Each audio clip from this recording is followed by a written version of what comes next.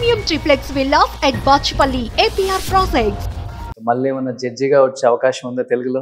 చాలా ఇయర్స్ అయిపోయింది తెలుగు వాళ్ళు పిలిస్తే తప్పకుండా చేస్తాను. ఎందుకు చేయమండి? భలే చెప్పారు. తెలుసు పని అదొక్కడే తెలుసు, ఇంకే పనులు తెలియవు. మీరున్నప్పుడు డి రేటింగ్ వేరు, ఇప్పుడు డి రేటింగ్ వేరు మాస్టర్. అవి వేరే లెవెల్. ఆ రోజులన్నీ ఊహించుకోకూడదు అవన్నీ. ఇప్పుడు చూసి అప్పటికి ఇప్పుడు చెప్పాలంటే షోలకి అది తగ్గిపోయింది కదా మాస్టర్. ఆ క్రేజ్ చెప్పాలంటే పూర్తిగా పోయింది. నేను చూసే చాలా చాలా సంవత్సరాలు అవుతాను. ఒక లాస్ట్ 2 years బ్యాక్ ఏదో ఒకసారి మళ్ళీ పిలిస్తే వెళ్ళాను. వాళ్ళు పిలిస్తే రెడీగా ఉన్నారు? లేదండి, చేయరాక షోలకి జడ్జిగా రారా మాస్టర్? బోర్ అండి. అంటే మళ్ళీ అదే అంటే మరీ బోర్ కొట్టేస్తాం. వేరే షోకి అయితే ఓకే, పాడిందే పాడరా పాట. సో వేరే షోకి అయితే okay. Anything different then it is okay. So ఇంకేం మాస్టర్ లైఫ్ లో అన్ని సాధించారు. మాస్టర్ గారు కన్నడ చేస్తున్నారు, డాన్స్, కర్ణాటక డాన్స్ అని. బాగుంది, అది నేను చూశాను. సూపర్గా ఉంది. అలాగే ఏదన్నా కొత్తగా ఉంటే చాలా బాగుంటుంది, కానీ ప్యాటర్న్ ఒకటే అయిపోయింది. మాస్టర్ గారు, రక్షిత గారు చూశాను. శివకుమార్ నేను ఫాలో అవుతున్నాను ఆ షో. సూపర్గా. సో ఇప్పుడు ఆయన అక్కడ బిజీగా ఉన్నారు జడ్జిగా. సో అలాంటి షోలు వస్తే మీరు రెడీగా ఉన్నారు. అంటే something has to be new కదా.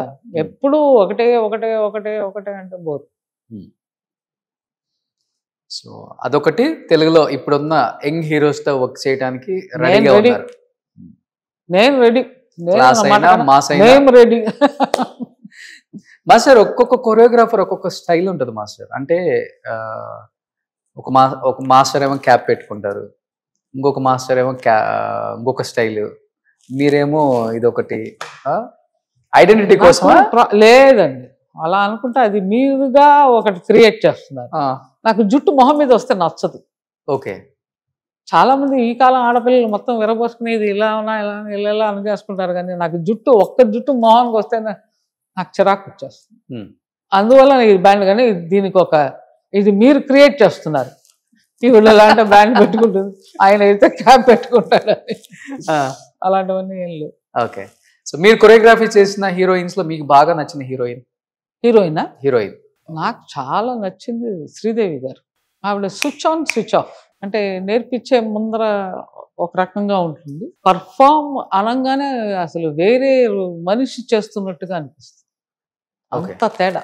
So wonderful person. So Sridevi గారు అంటే చాలా ఇష్టం. ఇప్పుడు మీరు తెలుగు వాళ్ళు, ఆమె తెలుగు ఆమె కాబట్టి చక్కగా హిందీలో వెళ్ళి తెలుగులో మాట్లాడేసుకుంటాం.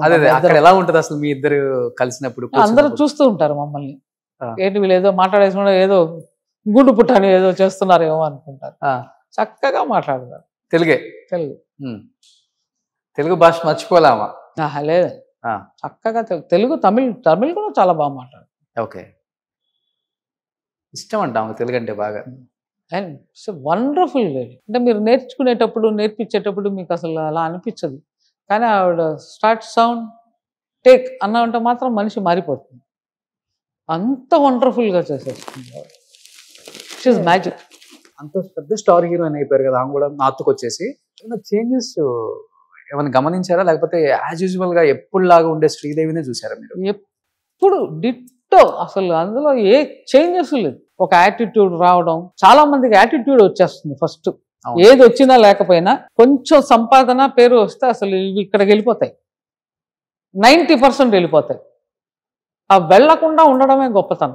చాలా మందికి తెలియంది ఒకటి ఏంటంటే, మీకు ఇచ్చే ఒక మర్యాద, మీ పనిని, మీరు చేసిన పనికి ఇచ్చే మర్యాద.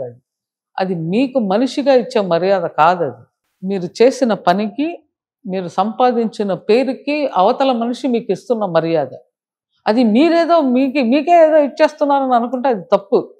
మీరు మీ మనిషిగా మీరు కానీ పక్కన ఉండి మీ ఇంట్లో ఆవిడని అడిగా అనుకోండి, మీ అసలు రూపం బయటపడుతుంది. చిచి ఇలాగా మనిషి అని అంటాం. ఓకే.